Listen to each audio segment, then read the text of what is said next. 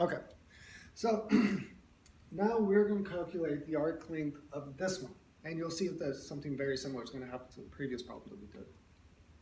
So if y is going to equal x squared divided by 4 minus the natural log of x divided by 2, well then y prime would equal, okay, so the derivative of x squared is 2x. So that would be x divided by 2. And then minus the derivative of the natural log becomes 1 divided by 2x. Right? So we're going to be doing the integral from 1 to 2 of the square root of 1 plus now x divided by 2 minus 1 divided by 2x, and then squared, okay? Now we're going to do this integral with respect to x.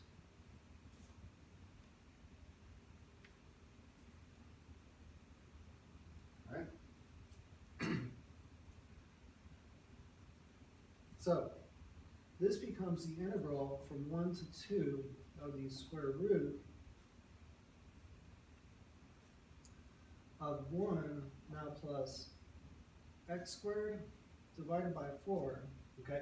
Now when I multiply x divided by 2 times 1 over 2x, you're going to do this twice, okay? The x's are going to cancel each other out, and you're going to have a negative 1/4 and a negative 1/4. Now the combination of that negative 1/4 and negative 1/4 is going to give you a negative 1 divided by 2 and plus 1 divided by 4x squared.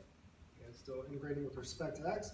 And once again, that negative 1/2 is the important part, because that negative 1/2 ends up becoming 1 to 2 of the square root now of x squared divided by 4 and plus 1 divided by 2 and plus 1 divided by 4x squared, an integral with respect to x.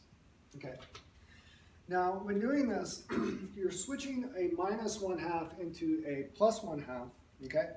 So you're getting back to this thing right here, except now that's going to be a positive in the middle.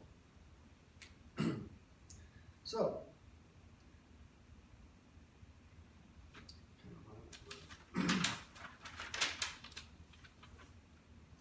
okay. So that's going to equal the integral from 1 to 2 of the square root,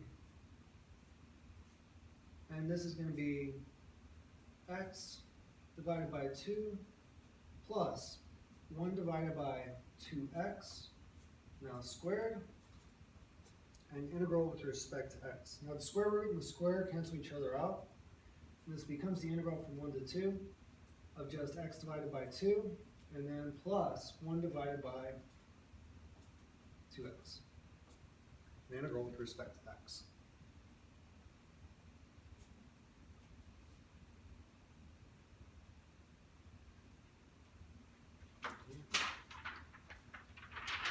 Start another page. Okay, so this ends up becoming x squared divided by 4 and plus the natural log of x divided by 2, evaluated at 1, that's 2. Okay? And now, once again, if we look back at the problem that we had at the beginning,